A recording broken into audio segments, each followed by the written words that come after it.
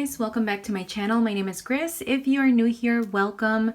I am going to be doing my March budget this time around, so I am going to be going over the monthly spread.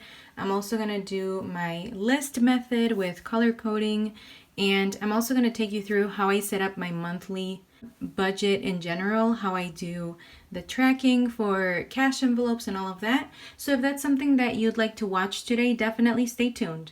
So I've already added all of the stickers to the monthly spread because I feel like it just takes a little bit less time to be able to do that off camera.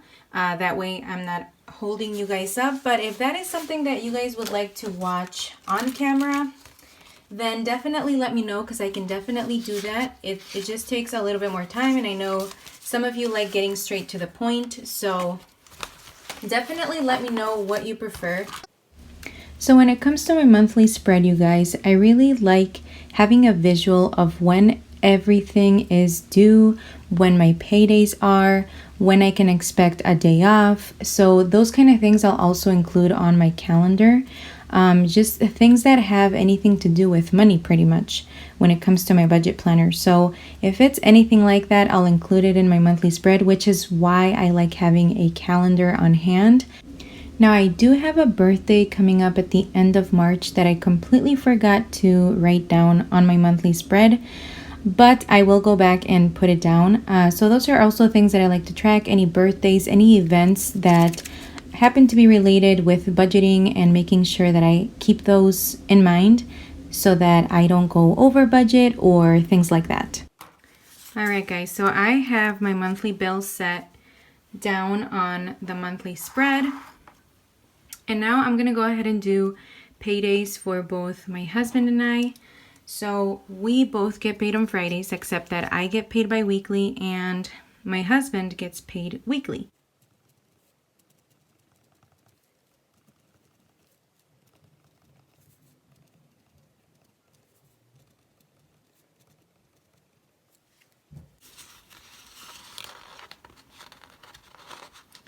Looks like I put one extra sticker on the 26th, but that is okay because I'm just going to move it over to this day. And I am actually going to grab a few of these stickers in here. This is where I'm getting the stickers from, and this is how I'm going to mark off my weekly check-ins. And typically what I do with my weekly check-ins is I go over all of the expenses I had for the week, and I typically like doing it either by the end of the week or even like on the weekend sometimes, just depending on how I am feeling or if I'm a little bit busier. Then it just depends. But I'm gonna go ahead and mark my weekly check-ins on Thursdays, and that is where I'll be tracking all of my expenses for the week.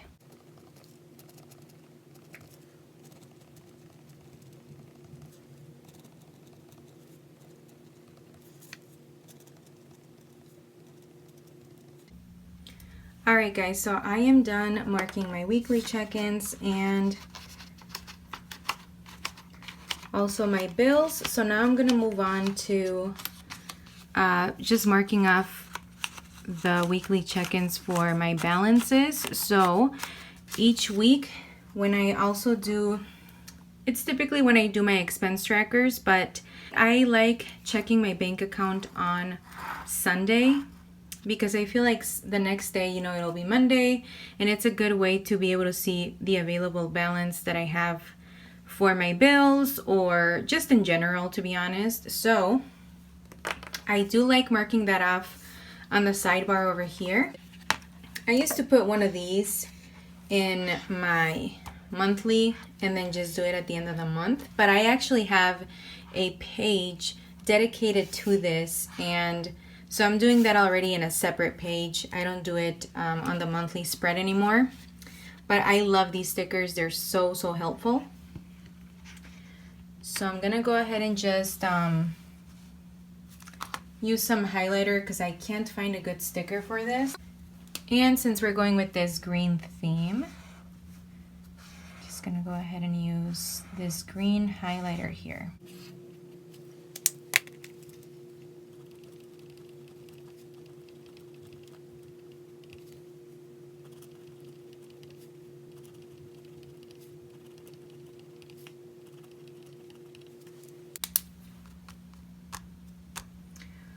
I'll go ahead and do 5 weeks for this month, just because the beginning of March is really whatever I'll have available as of the end of February. Okay, well, that is what my monthly spread is looking like. Hopefully that wasn't all too boring. I'm gonna go ahead and move on to how I set up my monthly spread for everything I do, and then I'm also gonna show you guys my list method. So you guys, I had originally done this part of the video before doing my monthly spread, and it actually turned out horrible. For some reason, my camera started going on slow motion, and it did the whole thing in slow-mo, so definitely not going to put you guys through that torture in watching me doing everything in slow motion.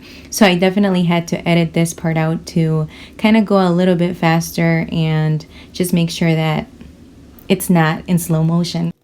So when it comes to my income, I really like counting just like the least amount that I will expect for the month. And sometimes it does happen to be a little bit more, sometimes a little bit less. And then right now I'm just going over the same expenses that I put down on my monthly spread.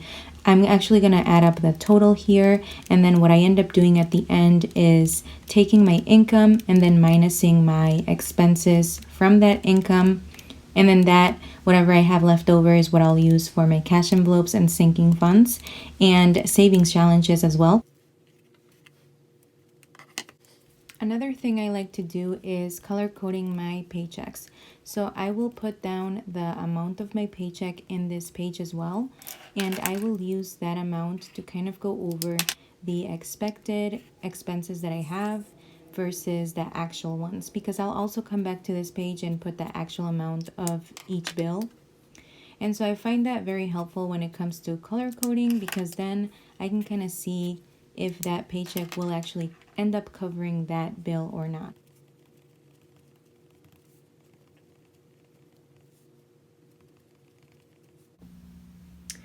So I am going to apologize in advance because I'm not too sure exactly where my video cut off when I was doing this side, and I'm just gonna start where I think I left off. So this is how my March monthly budget looks like when it's in list method. As you can see, I did the paycheck to paycheck color method, and I really like doing that, and I went over my totals. So I'm gonna go ahead and move on to my weekly check-in. The first thing that I do is I write down what cash envelopes I'll be doing, and it's typically the same ones each week, each month. I typically don't change it. If I'm not doing that cash envelope for that particular week, what I'll do is I'll put a 0 next to it.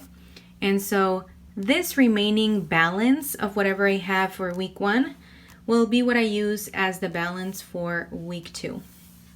And since I stuff my cash envelopes and sinking funds bi-weekly, then there will be a new balance for week 3, and the remaining balance will be used as the balance for week 4, or the starting balance, I should say. Typically what I like to do here is I like putting down my starting balance up here. I'm actually going to use a different pen, but I am going to mark it off to where I'll be putting that.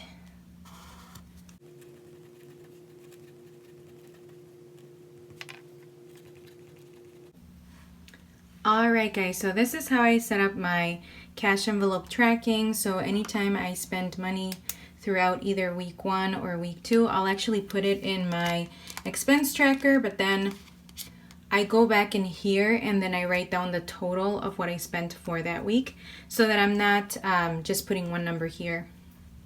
And I'll quickly show you how my expense tracker looks. It's very, very simple.